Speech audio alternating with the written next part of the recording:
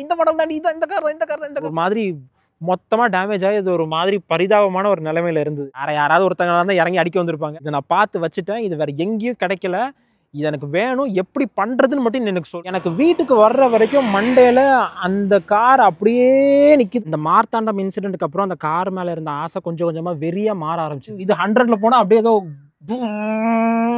அப்படி இருக்கும்.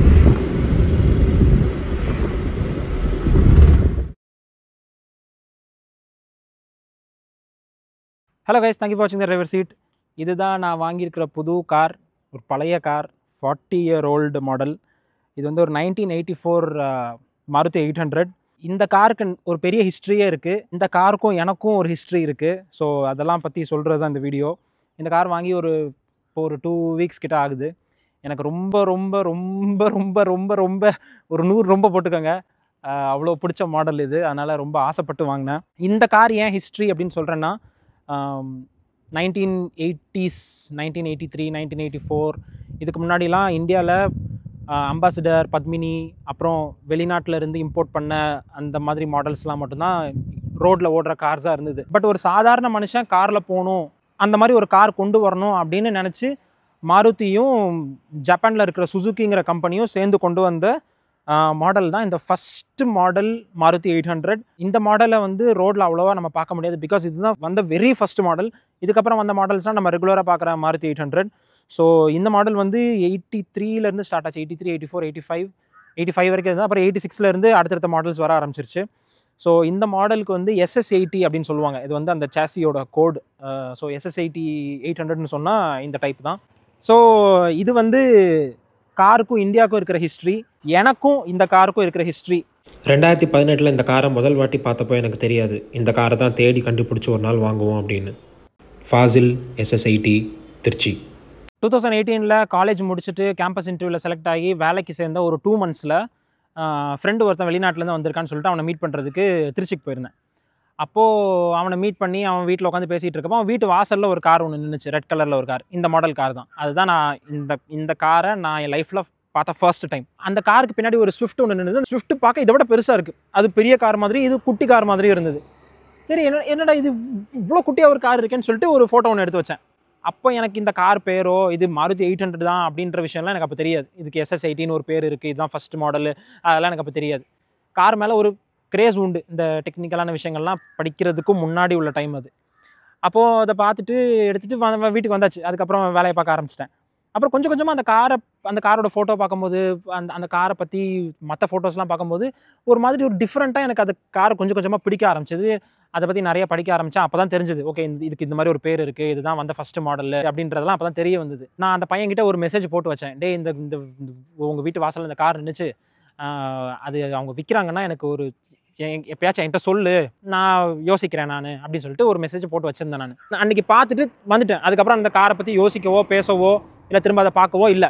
திடீர்னு ஒரு நாள் பார்த்தா திருநெல்வேலியில் அந்த காரு என் முன்னாடி போகுது. எப்போது கரெக்டாக 2021 ஒயிட் கலரில் ஒரு மாடல். அப்போ எனக்கு அது டக்குன்னு பார்த்தோன்னே எனக்கு அந்த கார் தான் ஞாபகம் வந்தது. இந்த கார் நான் அன்றைக்கி பார்த்தேன்ல இது அப்படின்னு சொல்லிட்டு, அது அப்போ தான் அந்த காரை நான் மூவிங்கில் ஃபஸ்ட் டைம் பார்க்குறேன். ஓகே, இது வந்து சிட்டிலலாம் ஓடும் போல், இது ரெகுலராக அப்படின்னு சொல்லிட்டு பார்த்தேன். அதுக்கப்புறம் திரும்பி அந்த பையனுக்கு நான் மெசேஜ் அனுப்பினேன். இந்த கார் நான் ஒரு வாட்டி பார்த்தேன்னா உனக்கு ஞாபகம் இருக்கா? அந்த காரு இன்னும் அங்கே தான் நிற்குதா? உனக்கு அதை பற்றி எதாவது தெரிஞ்சதா? யூஸ் பண்ணுறாங்களா அப்படின்னா, இல்லைடா எனக்கு அதை பற்றி எதுவும் தெரியாது, பட் அது யூஸ் பண்ணல, அது அங்கேயே தான் நிற்கிது அப்படின்றது மட்டும் எனக்கு தெரியும் அப்படின்னு சொன்னான். அவன்கிட்ட அந்த காரை பற்றி விசாரிக்க முடியல, ஏன்னா அவன் அப்போது இங்கே இல்லை, அவன் வெளிநாட்டில் இருந்தான். அதுக்கப்புறம் அப்படியே நாட்கள் அப்படியே கடந்து போச்சு. 2023 டைமில் நான் மர்சிடிஸில் இருந்தால் மாறி வேலையெல்லாம் மாறினதுக்கப்புறம் கொஞ்சம் காசெல்லாம் கொஞ்சம் சேர்த்து வச்சதுக்கப்புறம் திரும்பி அந்த காரை பற்றி கேட்கலான்னு சொல்லிட்டு அவன்கிட்ட கேட்டேன் நான்.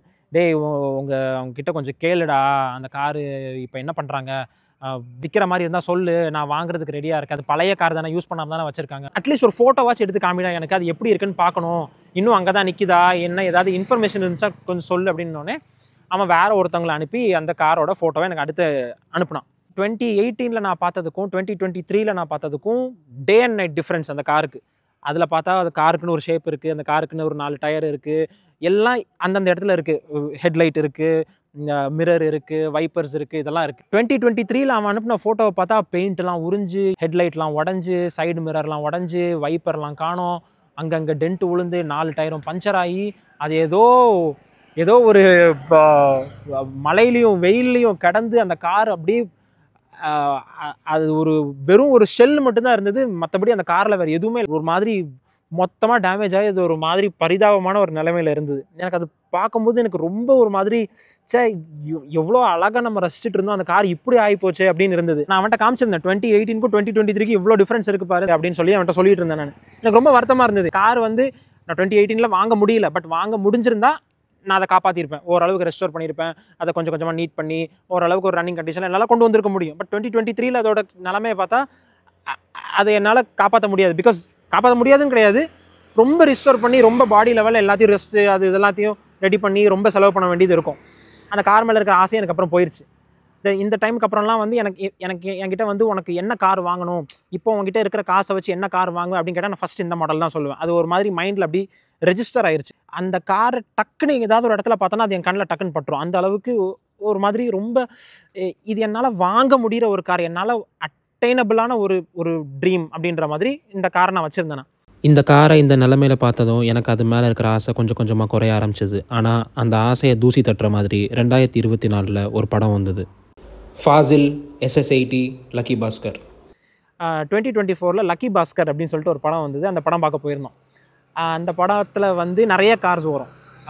BMW, Mercedes, Lexus, Nissan Patrol, இந்த மாதிரி நிறைய மாடல்ஸ் காமிப்பாங்க. அதில் வந்து துல்கர் சல்மான் வந்து இந்த மாடல் காரை தான் வந்து ஒரு ப்ரொமோஷன் கிடச்சதுக்கப்புறம் வாங்குற மாதிரி காமிப்பாங்க. மற்ற எல்லா மாடல்ஸையும் விட இந்த மாடலில் தான் கொஞ்சம் க்ளோரிஃபை பண்ணி காமிச்சிருப்பாங்க. அதை பார்த்தோன்னே ஒய்ஃப் கிட்ட வந்து இந்த மாடல் தான், இந்த கார். எனக்கு துல்கர் சல்மான் அவர் வச்சிருக்க கார்ஸ் எல்லாம் எனக்கு ரொம்ப பிடிக்கும். அவர் எனக்கு பிடிச்ச ஒரு காரை வந்து அதில் யூஸ் பண்ணுறாரு அப்படின்றத பார்த்தோன்னே எனக்கு ரொம்ப ஒரு மாதிரி பயங்கர ஹாப்பியாக இருந்தது.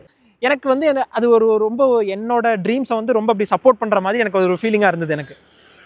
அதுக்கப்புறம் மறுபடியும் அந்த காரை எப்படியாவது எங்கேருந்தாவது வாங்கணும் அப்படின்ற ஒரு உள்ள ஓரமாக இருந்த ஆசை மறுபடியும் திரும்பியும் திருத்துருன்னு ஆயிடுச்சு. இந்த டைமில் வந்து நான் எஸ்க்ராஸ்லாம் வாங்கின டைம்ன்றனால சரி ஏற்கனவே ஒரு கார் இருக்குது, இப்போ அடுத்ததாக ஒரு கார் ஆசைப்படுறது வந்து ஒரு எக்ஸ்ட்ராவான ஒரு விஷயம் தான் அப்படின்றதுனால அப்பப்போ அந்த ஆசை வந்து ஒரு சடன் ஸ்பைக் மாதிரி வரும், அப்புறம் சடன் அப்படி இறங்கிடும், அடுத்த வேலையை பார்க்க போயிடுவேன் நான்.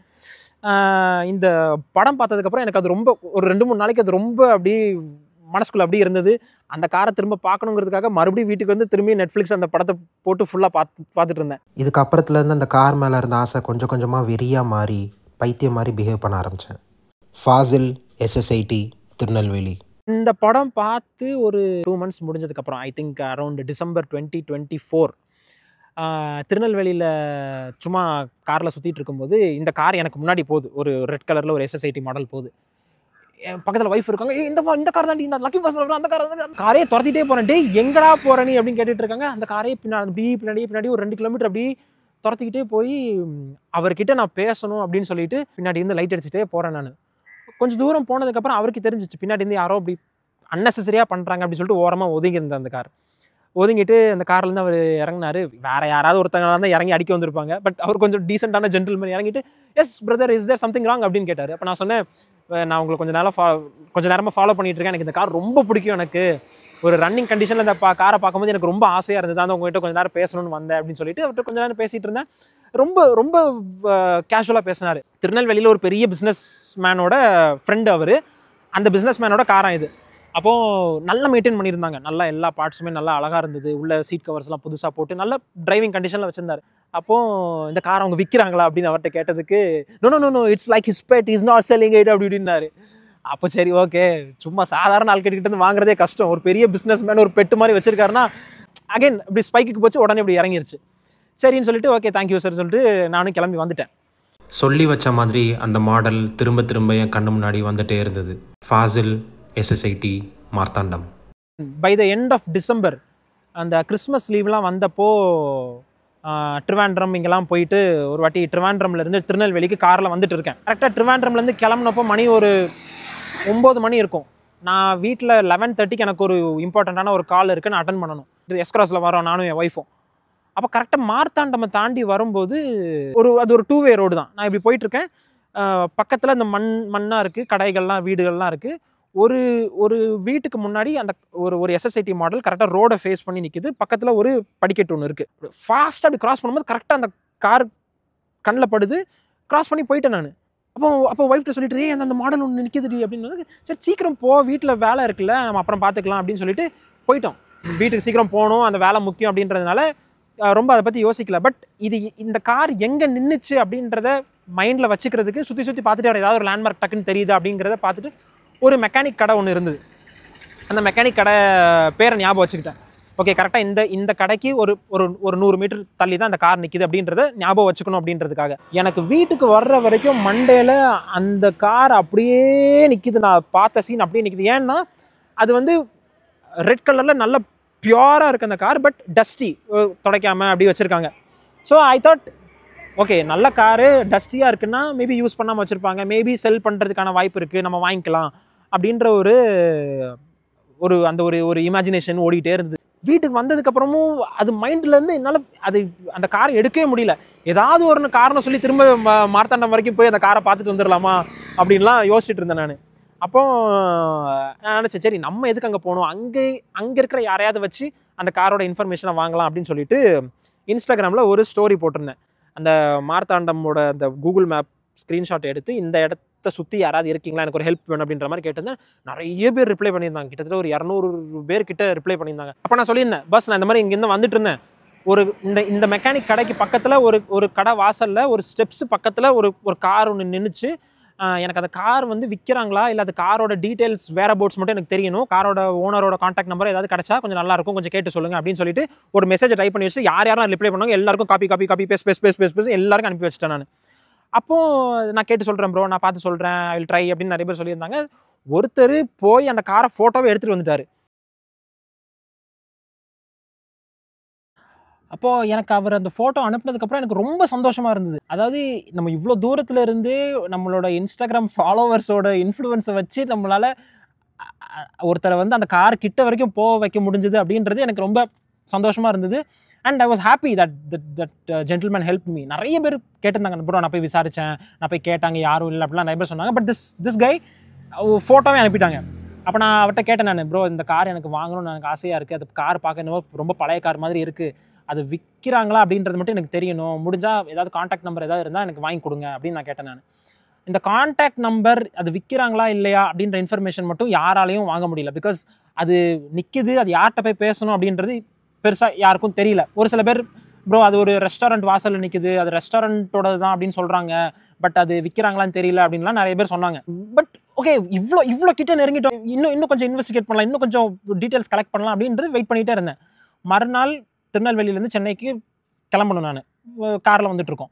காரில் வந்துட்டு இருக்கும்போது ஒரு ஃபோன் வருது, ஒரு நம்பர்லேருந்து ஃபோன் வருது. அட்டன் பண்ணி பேசினா மோட்டோ வேகன்லேருந்து ஆசிர் பேசுகிறேன் அப்படின்னு ஆசிர் அண்ணா பேசுகிறாரு.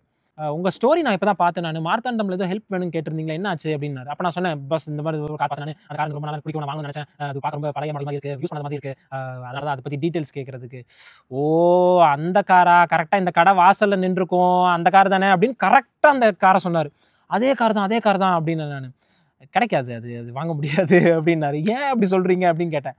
அப்போது அந்த கார் வந்து அந்த ரெஸ்டாரண்ட்டோட ஒரு மேனேஜரோட ஒரு பர்சனலாக யூஸ் பண்ணுற காராம்.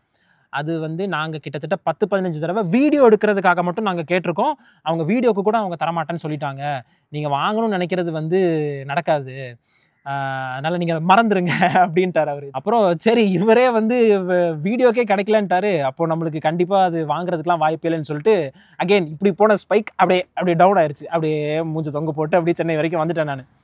இந்த மார்த்தாண்டம் இன்சிடெண்ட்டுக்கு அப்புறம் அந்த கார் மேலே இருந்த ஆசை கொஞ்சம் கொஞ்சமாக வெறியாக மாற ஆரம்பிச்சிது. யூடியூப்பில் அதை பற்றியில் இருக்கிற அவ்வளோ வீடியோஸுமே நான் பார்த்துருப்பேன். நான் அதை பற்றி எப்போ பார்த்தாலும் பேசுகிறது, யோசிக்கிறது, ஃபோனில் அதை பற்றி சர்ச் பண்ணுறது, இதே தான் வேலையாக வச்சுட்டு இருந்தேன் கொஞ்ச நாளாக. OLXல சர்ச் பண்ணும்போது சும்மா மாருதி 800 1984 85 அப்படின்னு சர்ச் பண்ணிங்கன்னா வராது. ஒருத்தவங்களும் ஒரு கீவேர்ட்ஸ் போட்டு பண்ணியிருப்பாங்க. Maruti Japan engine vintage model இப்படின்னு ஒரு கீவேர்ட்ஸாக சேர்த்து ஓகே இப்படி போட்டிருப்பாங்களா அப்படி போட்டிருப்பாங்களான்னு டிஃப்ரெண்ட்டாக கீவேர்ட்ஸை போட்டு சர்ச் பண்ணி ஒரு 4-5 மாடல்ஸை ஒரு இந்தியாவில் ஒவ்வொரு இடத்துலையும் ஒன்று வச்சுருந்தாங்க. அப்போது பாம்பேயில் ஒரு கார் பார்த்தேன். அந்த கார் வந்து ஃபுல்லாக ரீஸ்டோர் பண்ணி ரெட் கலரில் ஒரு காரு.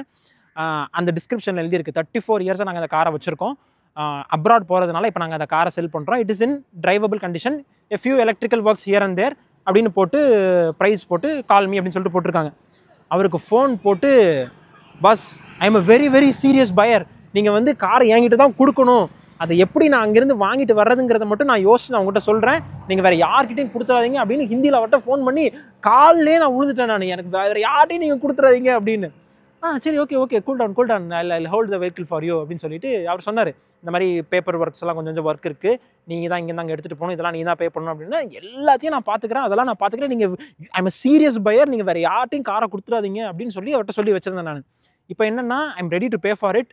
எனக்கு இப்போ அதை பேர் அங்கேருந்து எப்படி மாற்றணும், அதை அங்கேருந்து எப்படி இங்கே எடுத்துகிட்டு வர்றது, அங்கேயே எல்லா வேலைகளையும் முடிச்சுட்டு கரெக்டாக டிரைவபிளாக எப்படி இங்கே எடுத்துகிட்டு வர்றது அப்படின்றதெல்லாம் யோசிக்கிறேன் நான். பாம்பேயில் இருக்கிற ஒரு ஃப்ரெண்டுக்கு ஃபோன் அடிச்சு இந்த மாதிரி ஒரு கார் இருக்குடா, எனக்கு இது வேணும்டா அப்படின்னு. சில ஃப்ரெண்ட்ஸ் வந்து actually they want to help you, they இப்படி பண்ணால் இப்படி ஓகே ஆடும்டா, இது இப்படி பண்ணு அப்படின்னு. சில பேர் வந்து எல்லாம் இது தானடா, இது கிடைக்கும், இது தானடா, இந்த மாடலாக இவ்வளோ சர்ச் பண்ணுறா, இது இங்கே தான் கிடைக்குமாடா, இங்கே பாரு எப்படி சர்ச் பண்ணலாம் நீ எனக்கு சொல்லாத, இதை நான் பார்த்து வச்சுட்டேன், இது வேறு எங்கேயும் கிடைக்கல, இது எனக்கு வேணும், எப்படி பண்ணுறதுன்னு மட்டும் எனக்கு சொல்லு அப்படின்னோடனே, நான் ஒன்று பண்ணுறேன், நான் வந்து சென்னையில் ஒருத்தர் இருக்கார், நான் அவர்கிட்ட நீ பேசு, அவர் வந்து இந்த மாடல் உனக்கு ஹெல்ப் பண்ணுவார் அப்படின்னு. டே அதை அங்கேருந்து எப்படி கொண்டு வரதுன்னு சொல்கிறேன்னா அவனுக்கு தெரியல. அவன் ஒரு நம்பர் கொடுத்தான், அவர் வந்து இங்கே சென்னையில் வந்து விண்டேஜ் கார்ஸ்லாம் செல் பண்ணுறவர். அவர்கிட்ட ஃபோன் அடித்து இந்த மாதிரி உங்கள் ஃப்ரெண்டு நம்பர் கொடுத்தான், எனக்கு இந்த மாடல் SSIT மாடல் வேணும், நான் வந்து மர்சிடிஸ் BMW விண்டேஜ் மாடல்ஸ்லாம் வச்சுருக்கேன், இந்த SSIT மாடல் ரொம்ப ரேர், அது என்கிட்ட கிடையாது, அது அவ்வளோ கிடைக்கிறது அவ்வளோ கஷ்டம், என்கிட்ட இப்போதைக்கு அது இல்லை அப்படின்ட்டார் அவர். அப்போ நான் அவன்கிட்ட சொன்னேன், உன் ஃப்ரெண்டு BMW பென்ஸ்லாம் வச்சிருக்காரு, இந்த மாடல் அவர்கிட்ட இல்லை, நீ ஏதாவது ஈஸியாக கிடைக்குன்னு சொன்னி அப்படின்னு சொல்லிட்டு அவன் பிடிச்சி திட்டிட்டு இருந்தேன் நான். இப்போ என்னென்னா இந்த பாம்பேலேருந்து இந்த காரை இங்கே எடுத்துகிட்டு வரணும், இதை எடுத்துகிட்டு வர்றதுக்கு எனக்கு எப்படி அப்படின்ற ப்ரொசீஜர் தெரியணும். இன்னொரு ஃப்ரெண்டு இருக்கார், இன்ஸ்டாகிராம் மூலமாக பழக்கமானவர், அவர் நிறைய விண்டேஜ் கார்ஸ் பெர்சனலாக யூஸ் பண்ணுறவர். அப்போ அவர்கிட்ட கேட்டப்போ இந்த மாதிரி இருக்குது, எப்படி எடுத்துகிட்டு சொன்னதுக்கு அப்போ அவர் சொன்னார், பாம்பேலேருந்து எடுத்துகிட்டு வர்றது கொஞ்சம் சிக்கலான வேலை தான், பிகாஸ் முதல்ல அங்கேருந்து இங்கே எடுத்துகிட்டு வரணும்னா ஒன்று நீ TN ரெஜிஸ்ட்ரேஷனுக்கு மாற்றணும், அதுவே ஒரு பெரிய செலவு, பெரிய வேலை, அவ்வளோ ஈஸியாக நடக்காது. அப்படியே நீ பாம்பே ரெஜிஸ்ட்ரேஷனில் நீ மாற்றினா உனக்கு பாம்பேயில் ஒரு அட்ரஸ் இருக்கணும், பாம்பேயில் இருக்கிறவங்க பேரில் தான் அந்த கார் இருக்கும், ஏதாவது ஒன்றுனா எல்லாத்துக்கும் என்றைக்கா இருந்தாலும் it is a Bombay car அப்படின்னு இருக்கும், அதை நீ வந்து அவ்வளோ ஈஸியாக நீ தமிழ்நாட்டில் ஓட்ட முடியாது அப்படின்ற மாதிரி சொன்னார். அகெயின் நீ அதை அங்கேருந்து இங்கே டிரான்ஸ்போர்ட் பண்ணி இங்கே எடுத்துகிட்டு வர்றதுக்கே 30-40K ஆகிடும், அதுக்கு நீ இங்கேயே ஒரு காரை பார்த்துட்டு போயிடலாமே அப்படின்னாரு. அப்போ நான் சொன்னேன், நான் இங்கே பார்த்துட்டேன் பாஸ், எனக்கு இது கிடைக்கல எங்கே அப்படின்னா, நான் ஒரு இடம் சொல்கிறேன், நீ அங்கே போய் கேளு அப்படின்னு சொல்லிட்டு இந்த காரை காமிச்சார். அப்புறம் இந்த காரை சஜஸ்ட் பண்ணாங்க, கோழிக்கோடில் இருக்குது, எனக்கு தெரிஞ்ச ஒருத்தவங்க தான் செல் பண்ணுறாங்க அப்படின்னு சொன்னாங்க. ஃபோட்டோஸ்லாம் அனுப்புனாங்க, ஃபோட்டோஸில் பார்க்கும்போது ரொம்ப அழகாக இருந்தது, நீட்டாக இருந்தது கார் பார்க்குறதுக்கு. சரி இதே நம்ம எடுத்துக்கலாம், நம்மளோட சர்ச்சை இதே ஸ்டாப் பண்ணிக்கலாம் அப்படின்னு சொல்லிட்டு முடிவு பண்ணிட்டேன்.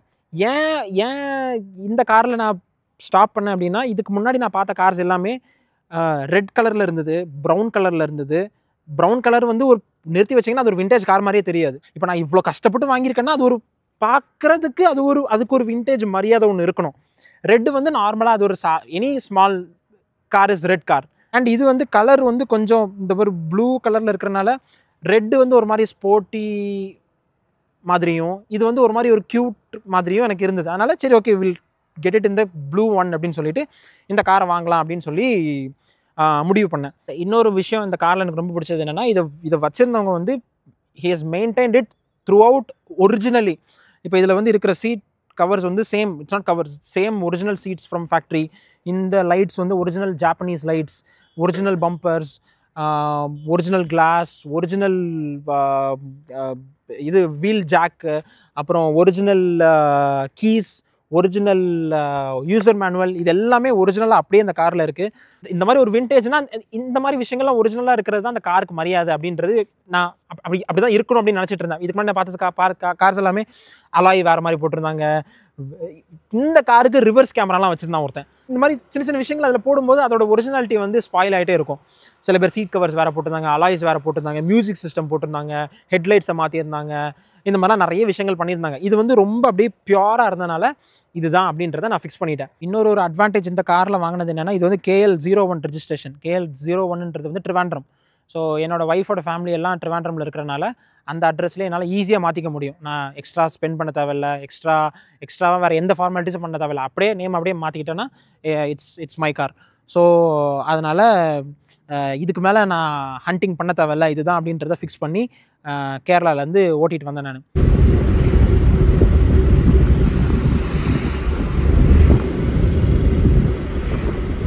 ஒரு வழியாக எல்லா ஃபார்மாலிட்டிஸும் முடிச்சுட்டு காரை வாங்கியாச்சு. காரை வாங்கிட்டு ஸ்ட்ரைட்டாக சென்னைக்கு ஓட்டிகிட்டு வரலான்னு சொல்லிட்டு இப்படி தான் விண்டோலாம் இறக்கி வச்சுட்டு கை இப்படி இப்படி வச்சுட்டு இப்படி ஓட்டிகிட்டு வந்தேன் நான். That was the moment when my dream game true. அதாவது இந்த காரை நான் வாங்கியிருக்கேன் அப்படின்னு சொன்னால் இந்த டப்பாவே வாங்கிட்டு வந்திருக்கு அப்படின்னு யாரும் சொல்ல மாட்டாங்க. பிகாஸ் இது பாடி பார்க்க அவ்வளோ ஒரு மாதிரி புட் டுகெதராக ஒரு மாதிரி நீட்டாக வெல் மெயின்டைன்டாக இருக்கிறனால எல்லா இடத்துலையும் எனக்கு க்ரீன் சிக்னல் இருந்தனால வாஸ் வெரி ஹாப்பி. இப்படி இந்த மாதிரி அப்படியே அப்படியே ஜாலியாக அப்படியே ஓட்டிகிட்டு வந்தேன். யூஸ்வலாக இந்த மாதிரி நம்ம கார் ஓட்ட மாட்டோம், ஏசிலாம் போட்டு விண்டோஸ்லாம் வச்சுட்டு இப்படி ஓட்டுவோம்ல. இது வந்து 60, 80 அந்த மாதிரி ஸ்பீடில் தான் வரும். பட் அது ஏதோ ஒரு மாதிரி இந்த காரை நான் ஓட்டுறேன் அப்படின்ற மாதிரி அது அவ்வளோ ஒரு ரசித்து ஓட்டிகிட்டு வந்த ஒரு அது ஒரு டிஸ்டன்ஸ். அது கோழிக்கோடு டு சென்னை. அப்போ தான் நான் ஃபஸ்ட்டு டைம் ஒரு இந்த மாதிரி ஒரு 4 ஸ்பீடு ஒரு சின்ன காரு இதெல்லாம் அப்படி ஓட்டுறதே ஃபஸ்ட்டு டைம். எனக்கு அந்த மாதிரி காரெல்லாம் நான் ஓட்டினது கிடையாது. நான் இப்படி ஓட்டுறேன். நான் இப்போ பக்கத்தில் ஒரு பைக் போதுன்னா அந்த பைக்கை நான் இப்படி பார்க்க வேண்டியதாக இருக்குது. பைக்கில் இருக்கிறவரை அவ்வளோ லோவான கார் இது. ஒரு டீ கடையில் நிறுத்தினா டீ கடையில் இருந்து அந்த ஆட்கள்லாம் வந்து விசாரிக்கிறாங்க எந்த மாடல்னு கேட்குறாங்க. இதில் எனக்கு ரொம்ப புதுசாக இருந்தது. எனக்கு ஒருத்தர் விற்கிறீங்களா அப்படின்லாம் கேட்டார். அப்போ நான் சொன்னேன் நான் இப்போ தான் வாங்கிட்டு வரேன், இப்போ தான் நான் வீட்டுக்கே போகலாம் நான் அப்படின்னு சொல்லிட்டு இருந்தேன். நான் கோழிக்கோட்டிலேருந்து ஜாலியாக ஓட்டிகிட்டு வந்தேன். ரோடு வந்து அப்படியே வளைஞ்சு இருக்கும். அப்படியே கோ காட்டில் போகிற மாதிரி இருந்துச்சு. அப்படியே ஓட்டிகிட்டு வந்தேன். நான் ரொம்ப சந்தோஷமாக இருந்தது எனக்கு. அப்படியே ஜாலியாக அப்படியே ஓட்டிட்டு சென்னை வரைக்கும் போயிடலாம் அப்படின்னு அப்படியே ஒரு மெய் மறந்து ஓட்டிட்டு வரேன். ராத்திரி ஒரு 12 மணி இருக்கும். அப்போ தான் பார்க்குறேன் கோயம்புத்தூர் கிட்ட ரீச் ஆயிருக்கேன் நான். அப்போ தான் எனக்கு கொஞ்சம் ஒரு ஒரு டவுட் வர ஆரம்பிச்சிது. பிரேக்ஸ்லாம் இன்னும் கொஞ்சம் ட்வீக் பண்ணணும். டெம்பரேச்சர்லாம் ஜாஸ்தியாக காமிக்குது. கிளச்சு ஒரு மாதிரியாக இருக்குது. இதே வச்சுட்டு இன்னும் ஒரு 400 கிலோமீட்டர்ஸ் போக முடியாது. அதனால் கோயம்புத்தூரில் வச்சு காரை இன்னும் கொஞ்சம் ரெடி பண்ணிவிட்டு அதுக்கப்புறமா சென்னைக்கு கிளம்பி போகலாம் அப்படின்னு சொல்லிட்டு கோயம்புத்தூரில் அன்னைக்கு ஸ்டே பண்ணிவிட்டு மறுநாள் காலையில் ஜிதேஷ்னு தெரிஞ்ச ஒருத்தர் அங்கே கராஜ் வச்சுருக்காரு. அவர்கிட்ட ஃபோன் பண்ணி பாஸ் இந்த மாதிரி நான் ஒரு புது கார் எடுத்திருக்கேன், எனக்கு இது கொஞ்சம் ஹெல்ப் பண்ணுங்கள், எனக்கு கொஞ்சம் பெர்ஃபெக்டாக பண்ணி கொடுங்க அப்படின்னு காரை கொடுத்துருப்போம் அப்படின்னு சொல்லிட்டு கொடுத்துட்டு நானும் கிளம்பிட்டேன். மறுநாள் கிளம்பி பஸ்ஸில் கிளம்பி சென்னைக்கு வந்துட்டேன் நான். அவர் ஆல்மோஸ்ட் எல்லாத்தையுமே பிரித்து மேய்ஞ்சிட்டார். சின்ன விஷயங்கள்லாம் உடஞ்சிருந்தது, சின்ன விஷயங்கள்லாம் வந்து not in the best condition அப்படி இருந்தது. ஸோ இது எல்லாத்தையும் எனக்கு ரீப்ளேஸ் பண்ணி கொடுத்துருங்கன்னு சொல்லிட்டு அவர்கிட்ட காரை ஒரு 2 வாரம் கொடுத்துட்டு எல்லாத்தையுமே பெர்ஃபெக்டாக பண்ணி கொடுத்தாங்க. அதுக்கப்புறம் 2 வீக்ஸ் கழிச்சு நானும் என் ஒய்ஃபும் போயிட்டு அந்த காரை கராஜ்லேருந்து டெலிவரி எடுத்துகிட்டு வந்தோம். கோயம்புத்தூர்லேருந்து திரும்ப சென்னை எடுத்துகிட்டு வரும்போது அப்படியே பியூட்டிஃபுல்லாக இருந்தது. கார் அவ்வளோ நல்லா இருந்து ஓட்டுறதுக்கு. தெரியல, ஒரு எஸ் கிராஸ்லலாம் ஒரு 100ல் போனால் நடந்து போகிற மாதிரி இருக்கும். அப்படியே சாஃப்டாக இருக்கும். இது 100ல் போனால் அப்படியே ஏதோ அப்படி இருக்கும். அது ஏசி வேறு அந்த காரில் கிடையாது. ஸோ விண்டோ இறக்கி வச்சு தான் ஓட்டணும். அது அவ்வளோ ஒரு என்கேஜிங்காக இருக்கும் அந்த கார் ஓட்டுறதுக்கு. 100, 120 வரைக்கும் நான் போயிருக்கேன் ஒரு வாட்டி. But sweet spot is around 80 to 100. அந்த ஸ்பீடில் நீங்கள் போகும்போது நல்லா சூப்பராக இருக்கும் கார் ஓட்டுறதுக்கு. எனக்கு வந்து ரொம்ப ஆசைப்பட்டு ரொம்ப தேடி அலைஞ்சு கடைசியில் ஒரு பிடிச்ச கார் பிடிச்ச மாதிரி நான் செஞ்சு வச்சுருக்கேன் அப்படின்றது எனக்கு இப்போ ஒரு சாட்டிஸ்ஃபேக்ஷனாக இருக்குது. ஸோ இதுதான் எனக்கும் இந்த காருக்கும் இருந்த ஸ்டோரி. இது நான் யார்கிட்டையுமே இது வரைக்கும் சொன்னதே கிடையாது. யாருக்குமே இந்த கதைலாம் தெரியவே தெரியாது. எனக்கும் என் ஒய்ஃபை தவிர யாருக்குமே இதெல்லாம் தெரியாது. ஸோ இந்த காரை வாங்கினதுக்கப்புறம் இதெல்லாம் சொல்லணும் அப்படின்னு நினச்சிட்டு இருந்தேன். இந்த காரை பற்றி இனிமேல் பேசுகிறதுக்கு இன்னும் நிறைய இருக்குது. இந்த காரோட டெக்னிக்கல் விஷயங்கள், இந்த கார் உள்ளே என்ன இருக்குது, வெளியே என்ன இருக்குது, இதெல்லாம் எனக்கு காமிக்கணும்னு ஆசையாக இருக்குது. நான் வேறு ஒரு வீடியோவில் நான் காமிக்கிறேன். இதையும் எஸ் கிராஸையும் வச்சு ஒரு 2017 மாடலுக்கும் ஒரு 1984 சுசுகி மாடலுக்கும் என்ன டிஃப்ரென்சஸ், என்னென்ன விஷயங்கள்லாம் மாறி இருக்குது அப்படின்றதெல்லாம் நான் வேறு ஒரு வீடியோவில் காமிக்கிறேன். இந்த வீடியோ பிடிச்சிருந்தா சப்ஸ்கிரைப் பண்ணுங்கள், லைக் பண்ணுங்கள், என்ன நினைக்கிறீங்கிறத கமெண்ட்ஸில் சொல்லுங்கள். தேங்க்யூ.